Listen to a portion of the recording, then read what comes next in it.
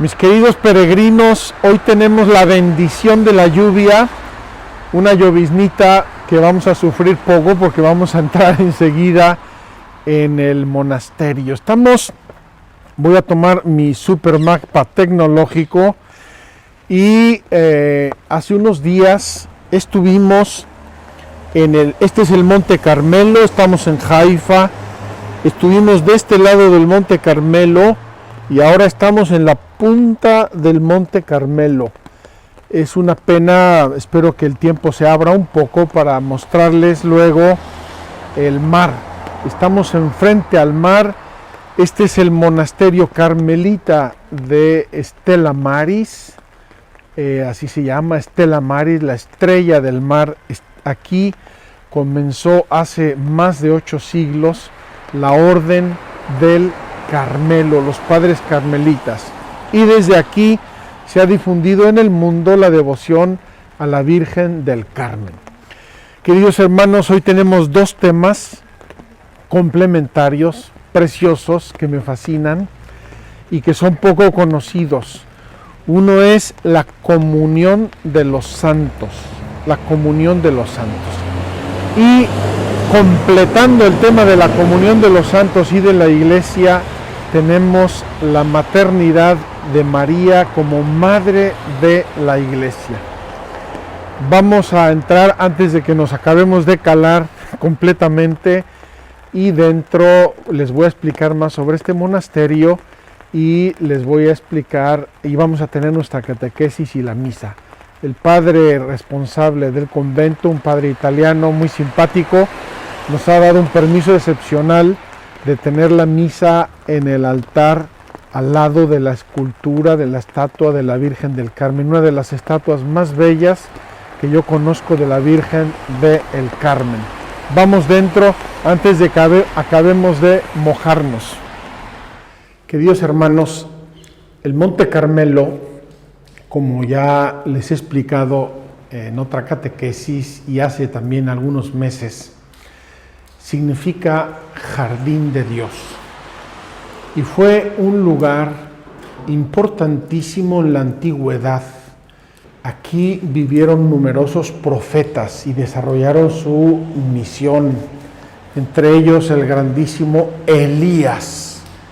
Yahvé es mi Dios, significa Elías. Vamos a entrar luego en el santuario y veremos que tiene una conexión impresionante entre el Antiguo y el Nuevo Testamento. El Antiguo Testamento por Elías y el Nuevo Testamento por una grande tradición espiritual de este monte. Aquí vivieron ermitaños, aquí vivieron monjes y aquí se fundó en el año 1208 la Orden del Carmen, a la cual el patriarca de Jerusalén, San Alberto, les dio una regla y los constituyó como una orden. Y de aquí la devoción a la Virgen del Monte Carmelo se ha difundido por todo el mundo. San Simón Stock fue el que recibió de la Virgen la revelación sobre el escapulario de la Virgen del Monte Carmelo, que es como un signo de amor a la Virgen, de consagración a la Virgen y también de muchas bendiciones espirituales. Entre otras, la Virgen prometió que quien muriera con el escapulario del Monte Carmelo se iba a ir al cielo. La Virgen se iba a encargar de acompañarlo al cielo. Vamos a entrar brevemente ahora en el santuario, pero quiero recordarles el hecho importante que conecta este santuario y este lugar con el profeta Elías. Queridos hermanos, vamos a entrar en el santuario y vamos a bajar a la gruta de Elías. Ahí les voy a leer lo que pasó en este lugar.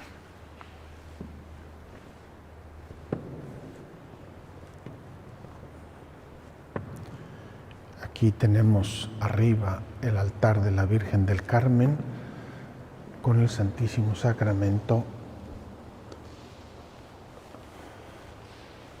y exactamente debajo tenemos la gruta del profeta Elías. Aquí hay un escrito en latín que dice que en este lugar estuvo Elías el tisbita, el más grande, el padre de los profetas. Vamos a bajar aquí, queridos hermanos.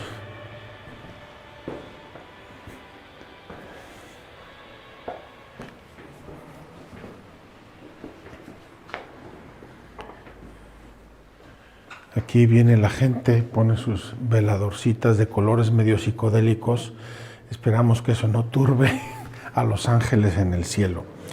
Vamos a leer brevemente del primer libro de los Reyes, en el capítulo 18, versículos 41 y siguientes. Dice así: dijo Elías a Ahab. Les recuerdo que Ahab era un rey perverso y se estuvieron peleando Elías y Ahab y Jezrael, la esposa de Ahab, y por eso Elías pidió a Dios que no lloviera durante 3 años, y no llovió en Israel durante 3 años por un castigo de Dios a Ahab y a Jezrael y a toda la idolatría en que había caído el pueblo de Israel. Dijo Elías a Ahab: sube, come y bebe, porque ya se oye el rumor de la lluvia. Subió Ahab a comer y beber, mientras que Elías subía a la cima del Carmelo y se encorvó hacia la tierra poniendo su rostro entre las rodillas. Dijo a su criado: sube y mira hacia el mar. El mar por donde acabamos de entrar, luego vamos a salir para que lo vean desde aquí. Sube y mira hacia el mar. Subió, miró y dijo: no veo nada. Él dijo: vuelve, y esto 7 veces. A la 7ª vez dijo: hay una nube como la palma de un hombre que sube del mar.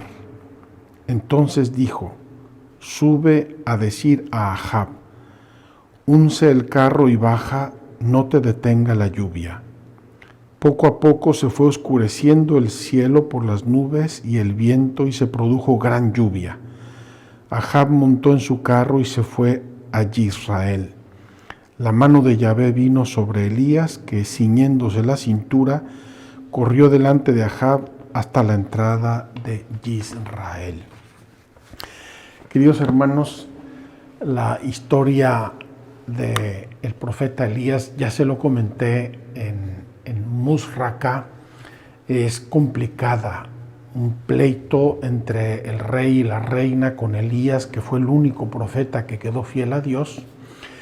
Y finalmente Elías, en oración y hablando con Dios, dijeron: vamos a castigar al pueblo de Israel con una sequía, y Elías paró el cielo y no llovió durante 3 años. Hubo una grande hambruna, pueden imaginar, y una situación tremenda.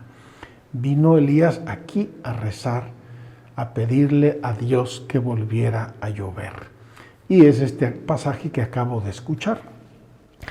La iglesia ha leído, ha entendido esa nubecilla que vio el siervo de Elías, que se empezaba a formar en el horizonte, dice como la palma de la mano. Esa nubecilla, la iglesia la ha entendido siempre como una imagen de la Virgen María. ¿Por qué? Porque la Virgen María trajo la lluvia, entre comillas, la lluvia de la salvación al mundo.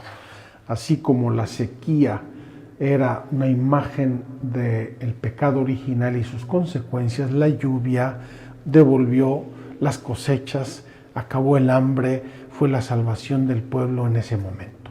Pues bien, por ese motivo, este monte, desde el profeta Elías como un fuego, dice la Biblia, como un fuego, Elías estuvo orando aquí. Esta gruta es veneradísima, no solamente por los cristianos, también por los judíos y los musulmanes, y muchas de estas luminarias que vienen a encender aquí las ponen también los musulmanes. Yo he visto familias musulmanas venir y rezar aquí al profeta Elías.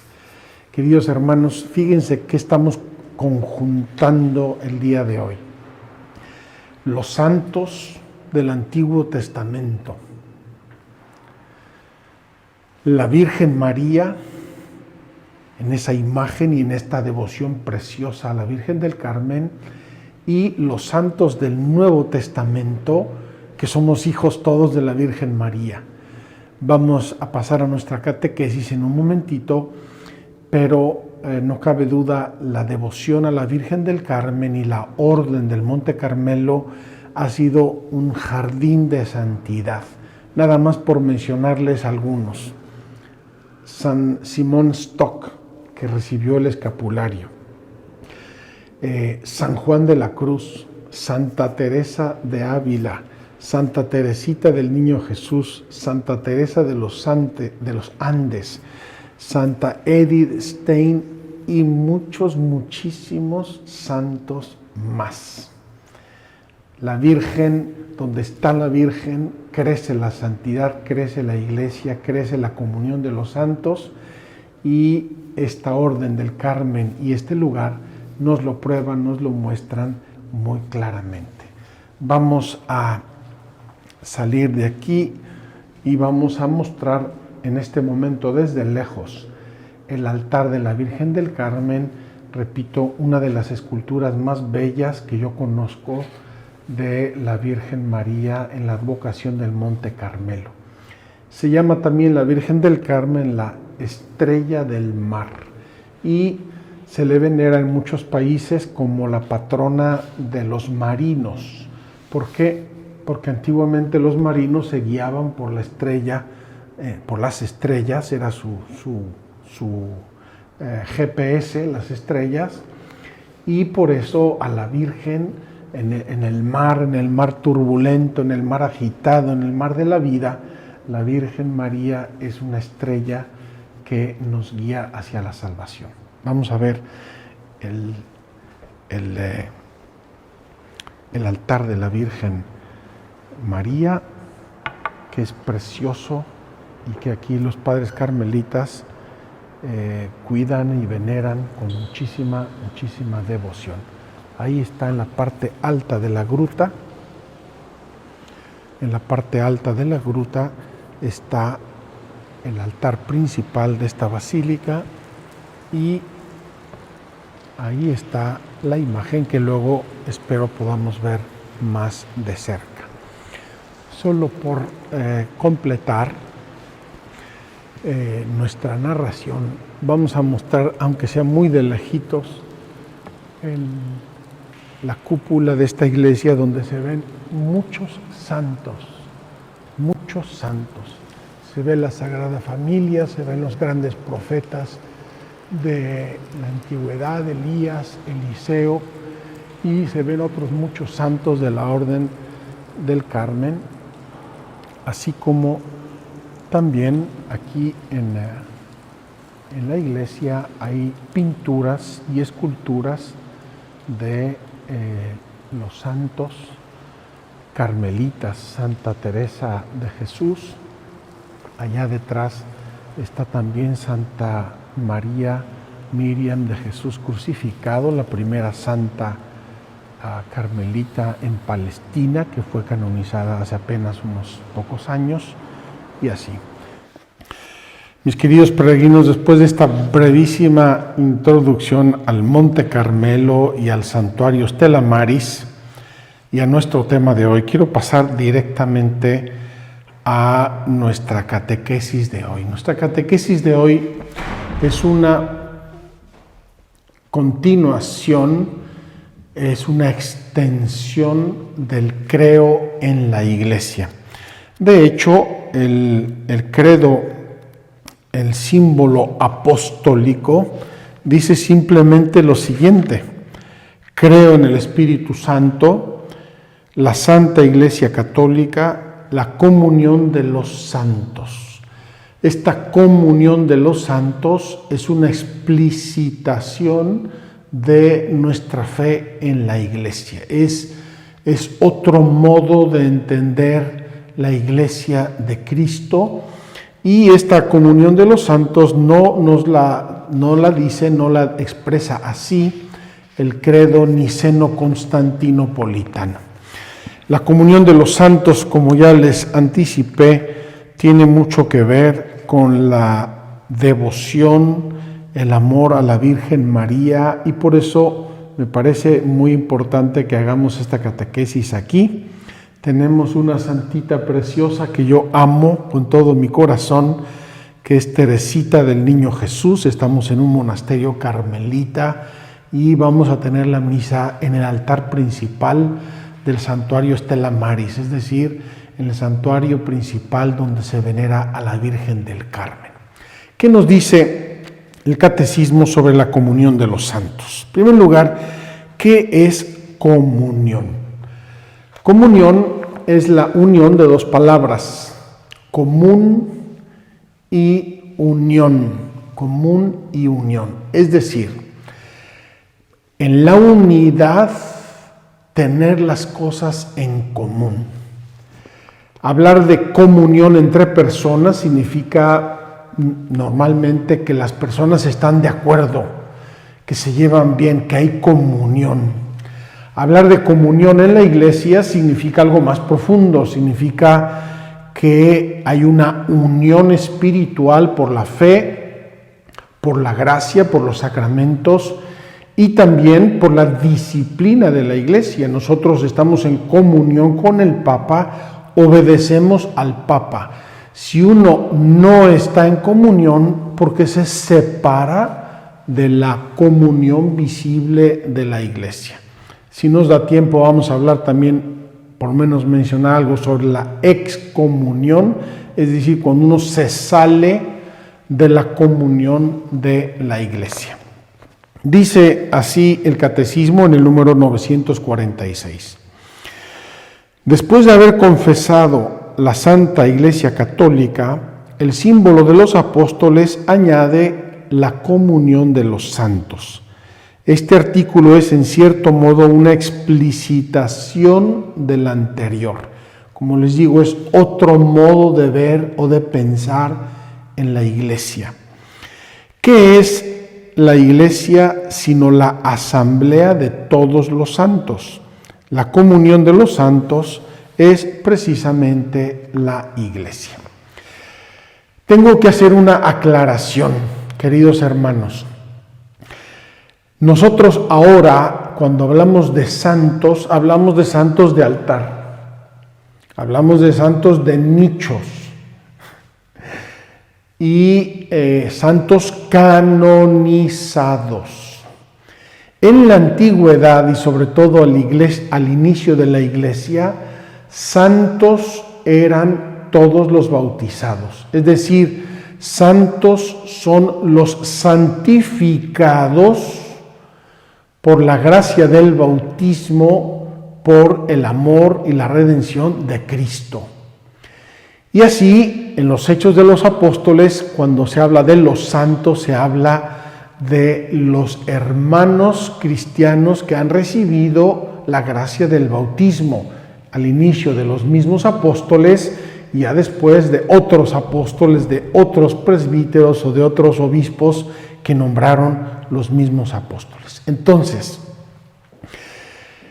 los santos, ¿quiénes son los santos? Los santos somos todos los que tenemos nuestra vida en Cristo, los que recibimos la vida de Cristo a través del bautismo.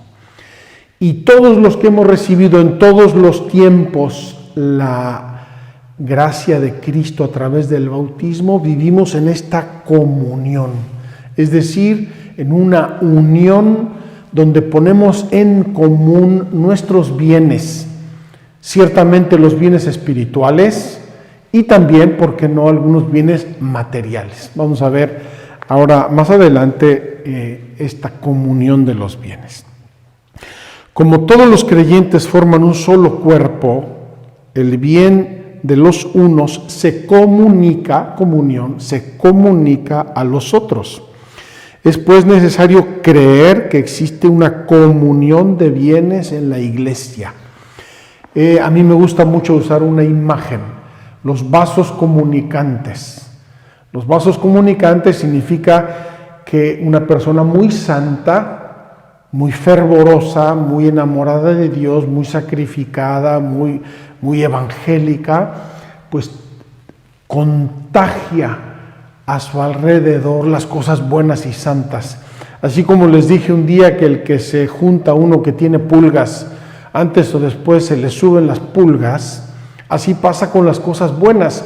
Si yo me acerco a una persona que tiene un perfume muy hermoso, pues ese perfume también me contagia a mí, después huelo a perfume hermoso, a perfume de santidad. Y esta comunión de los santos tiene un principio, una piedra angular, es Cristo, el Santo.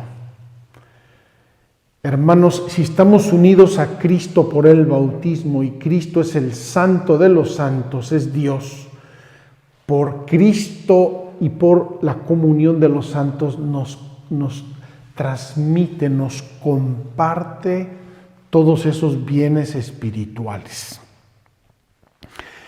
Y también el Espíritu Santo, la iglesia está animada por el Espíritu Santo, pues imagínense esa presencia de Cristo cabeza y del Espíritu Santo, que es el alma de la iglesia, nos hace compartir muchos bienes espirituales, todos los bienes de la salvación, las riquezas de la salvación. También entendemos por comunión la comunión eucarística, pero fíjense, ¿quién se acerca a recibir la comunión eucarística o quién puede recibir la comunión eucarística? El que ha recibido el bautismo, por lo menos ese sacramento, el bautismo, ojalá también la confirmación, y también y sobre todo el que vive en estado de gracia, es decir, el que vive en comunión con Cristo. Porque si yo pierdo mi estado de gracia por un pecado grave, rompo mi comunión con Cristo, me aparto de Él. Yo a mí mismo me aparto de Cristo por el pecado grave.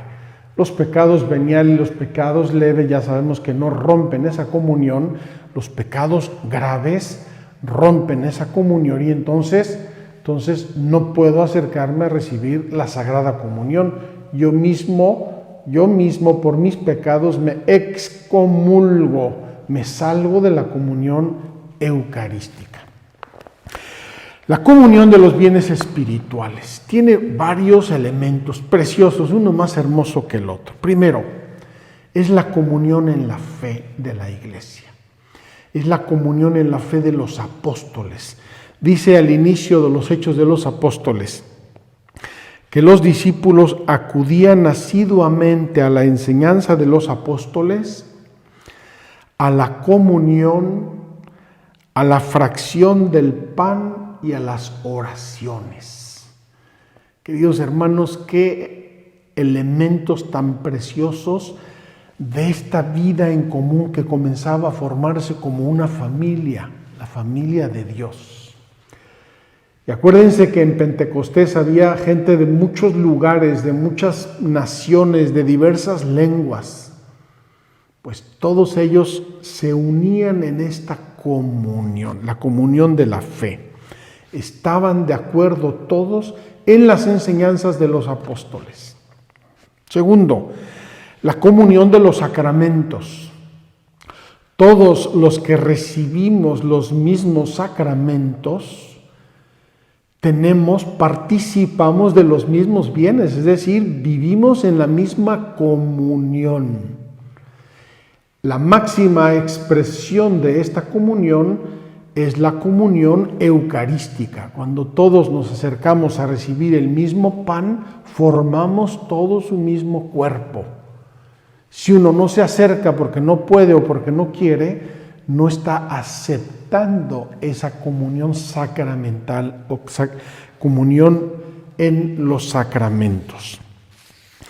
La comunión de los carismas.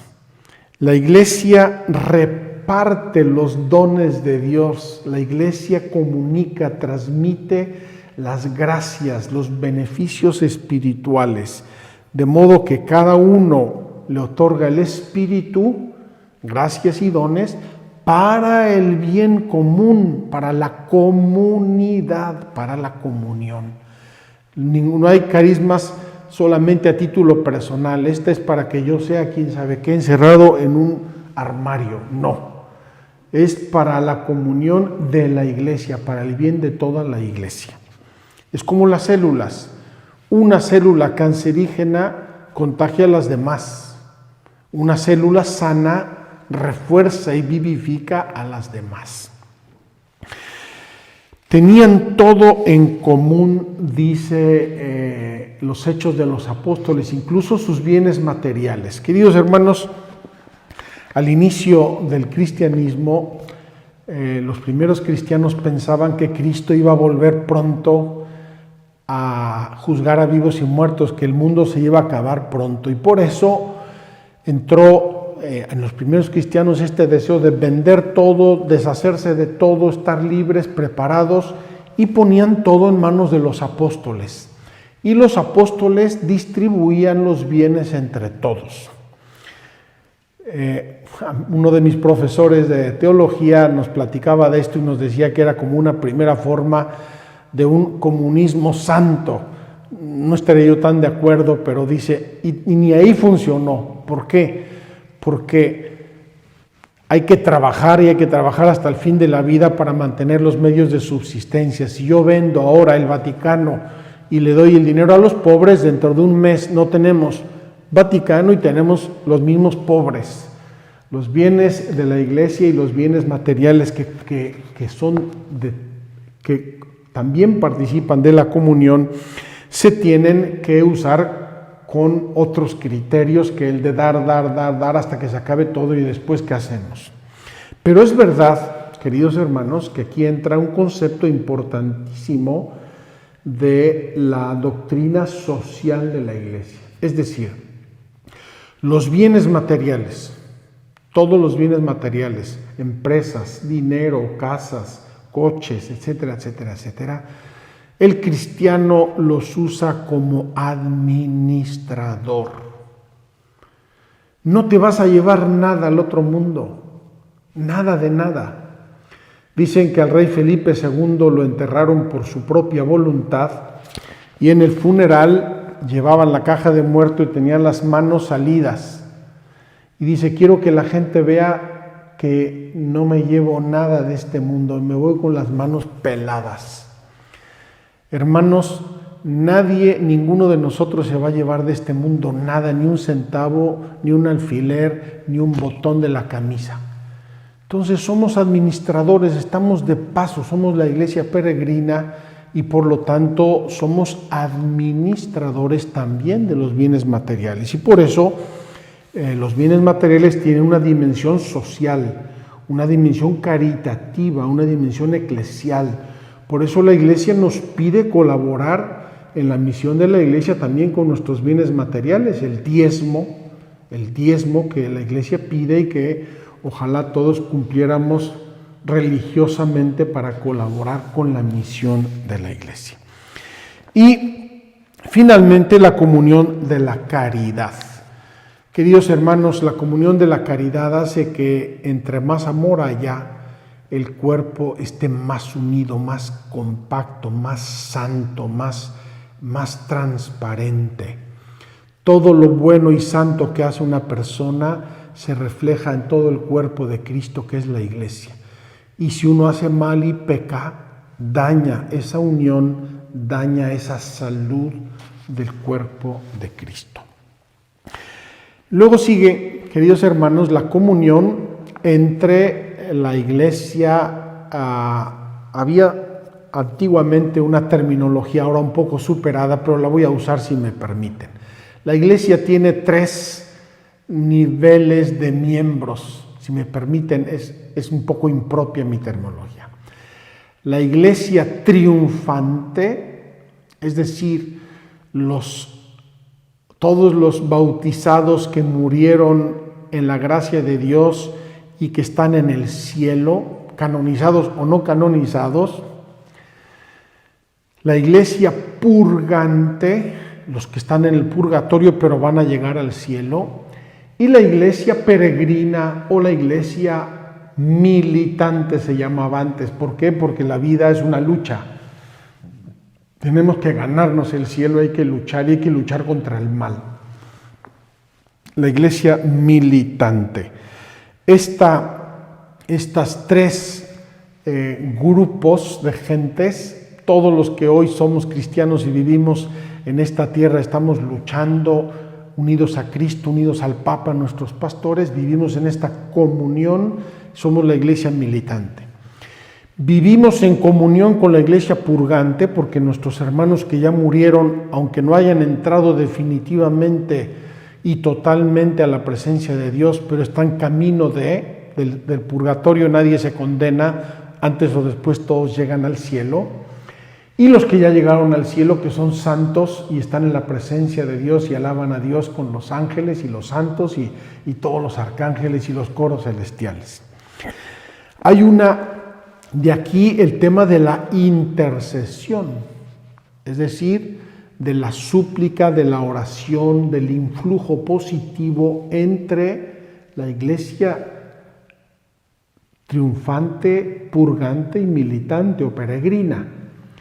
Los santos interceden por nosotros, nosotros pedimos por las almas del purgatorio, las almas del purgatorio oran y interceden también por nosotros, ¿verdad? Entonces hay una comunión y una intercesión entre los santos. Y aquí quiero decir una cosa. Antiguamente en el pueblo cristiano fiel, católico, el poner un nombre en el bautismo significa ponerle el nombre de un santo. ¿Por qué? Porque cada vez que le hablo a una persona con su nombre, estoy invocando a su santo. Si yo te digo José, estoy diciéndole a San José que te cuide y además te lo estoy ofreciendo como ejemplo para tu vida, por eso te llamo José. Si yo te llamo Miriam, pues Miriam. Si yo te llamo Petronila, bueno, pues Santa Petronila. Bueno. Últimamente se ha metido la moda de poner nombres de telenovelas, de jugadores de fútbol. La cosa más graciosa que he escuchado era una familia muy grande que cuando nacía uno de los hijos se sentaban los hermanos y los papás en una mesa con un mapamundi y cada uno escogía un nombre de una ciudad el que más les gustara. Entonces todo el mundo buscaba y señalaba un nombre. Luego cogían todos los nombres escogidos y los combinaban de diversos modos hasta que salía un nombre que le sonara bonito y ese nombre le ponían al pobre hijo que acababa de nacer. Queridos hermanos, creamos en la comunión de los santos, amemos a los santos, demos nombres que invitan a la virtud, al bien, a la santidad, al amor, al cielo. Creo que es importante recuperar eso. Nosotros no veneramos el recuerdo de los del cielo tan solo como modelos nuestros. Estamos unidos a ellos y ellos rezan por nosotros. Así, la comunión de los santos nos une a Cristo, del que emana como de su fuente y cabeza toda la gracia y toda la vida del pueblo de Dios, en el cielo, en el purgatorio y en la tierra. Y también aquí entra la comunión con los difuntos. Queridos hermanos, nuestros hermanos difuntos, que nosotros confiamos a la misericordia de Dios, están o en el purgatorio o en el cielo. Vamos a pedirle a Dios que ninguno se condene y vamos a trabajar para luchar, para no condenarnos.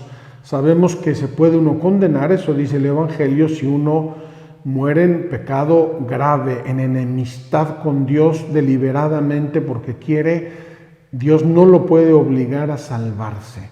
Por eso tenemos que vivir siempre preparados y pedirle a Dios que nos libre de una mala muerte repentina.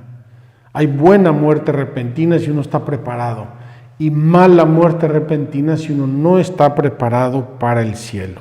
Entonces, con nuestros hermanos difuntos, nuestros parientes, hay una unión, hay una comunión. Y les voy a decir con mucha confianza, yo siento seres muy queridos a mí que los siento presentes, me ayudan, Yo rezo por ellos y estoy seguro que ellos rezan por mí porque me quieren, me querían bien en la tierra y nuestros seres queridos están en el cielo, en la contemplación de Dios y desde ahí interceden por nosotros. Termino brevemente con el tema de la Virgen María. Estamos en el Monte Carmelo, queridos hermanos. La Virgen María en la iglesia es la mamá. Ella es madre de Dios y madre nuestra. Es la madre de Cristo, cabeza del cuerpo, y por su unión al misterio de Cristo, a través de la fe y a través de la obediencia, la Virgen María como madre une a la familia de los hijos de Dios. Me llamarán bienaventurada todas las generaciones. La veneración y el culto a la Virgen María ha estado presente en la iglesia desde siempre. Ha sido amada, ha sido querida, ya estaba en Pentecostés. En Pentecostés, manteniendo a los apóstoles y a los discípulos como una familia, y ahí recibieron el Espíritu Santo.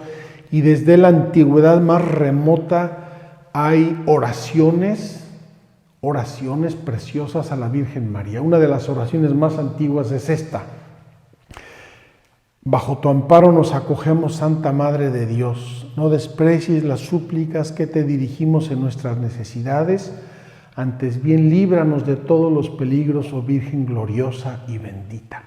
Una de las oraciones más antiguas a la Virgen María en el cristianismo. Desde su unión con Cristo y hasta su asunción a los cielos, porque en la asunción a los cielos la Virgen María nos precede como Madre nuestra y Madre de Cristo, y es el modelo que está ahí en el cielo esperándonos, diciéndonos: échale ganas, adelante, yo te espero, es posible, yo soy la Madre del Salvador, vente, aquí te espero. Ella es nuestra Madre en el orden de la gracia. Decía yo antes, a propósito del Monte Carmelo, que la Virgen María fue vista en aquella nubecilla que vio el profeta Elías y que trajo la lluvia después de 3 años de sequía. La Virgen María en el Adviento la imploramos como la nube que llueve al Salvador. Rorate celi, lloved cielos, lloved cielos. Es la Virgen María, nuestra Madre en la gracia. Dice el número 969, lo voy a leer porque me encanta.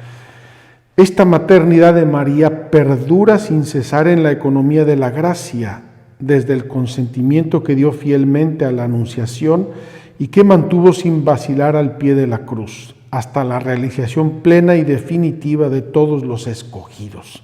En efecto, con su asunción a los cielos no abandonó su misión salvadora. No se desentendió como Cristo, no se desentendieron cuando fueron al cielo, sino que continúa procurándonos con su múltiple intercesión los dones de la salvación eterna. Por eso, la Santísima Virgen es invocada en la Iglesia con los títulos de abogada, auxiliadora, socorro, mediadora, medianera. Queridos hermanos, lo decimos con tanta sencillez cada día en el Ave María. Santa María, Madre de Dios, ruega por nosotros pecadores, ahora y en la hora de nuestra muerte.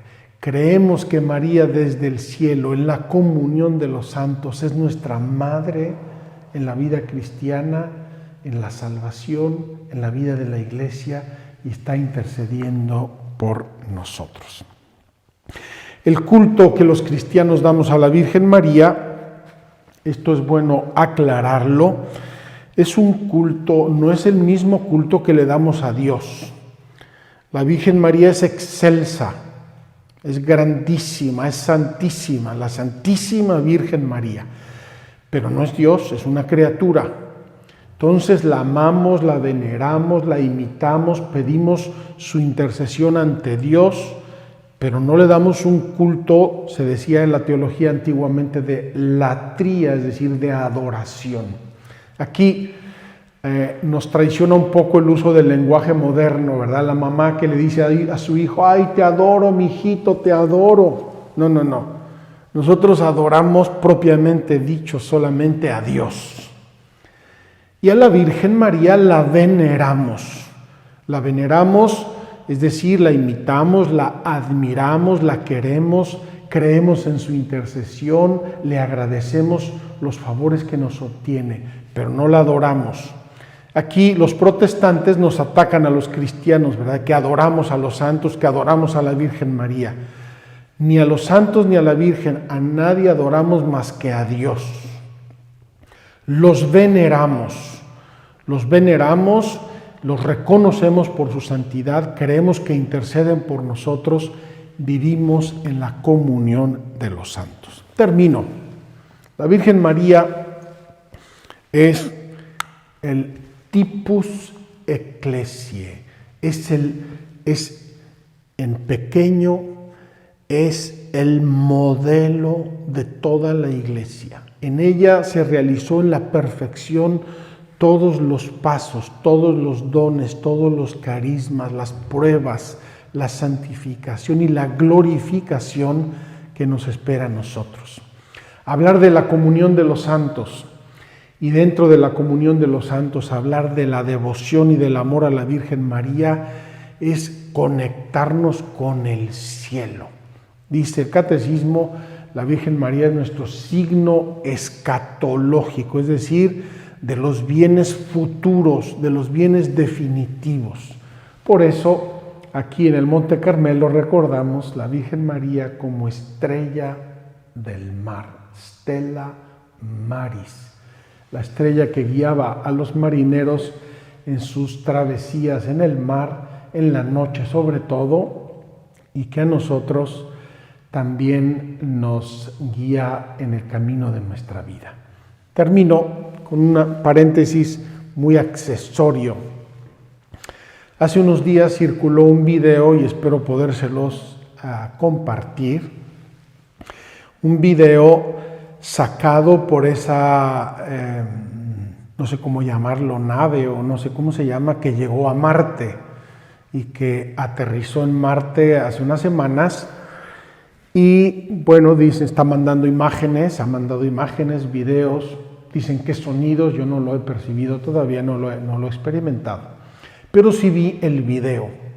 Queridos hermanos, qué imágenes del cielo, qué imágenes de las estrellas, de las galaxias. Espero podérselo compartir.